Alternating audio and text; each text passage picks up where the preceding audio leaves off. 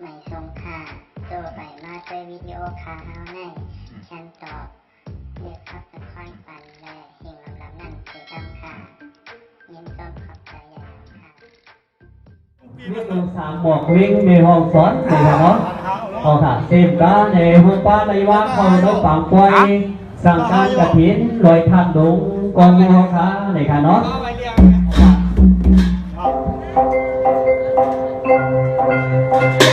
ขณะนี้วัดของเสือมันในถนนมันไม่ต้องไปเ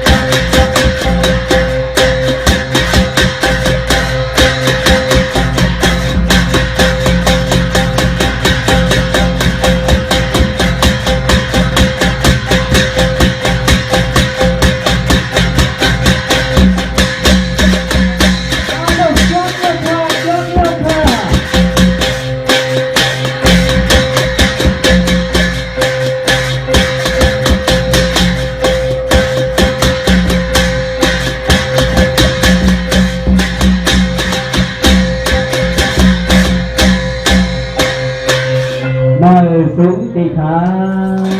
บอกขาดีอ่ะ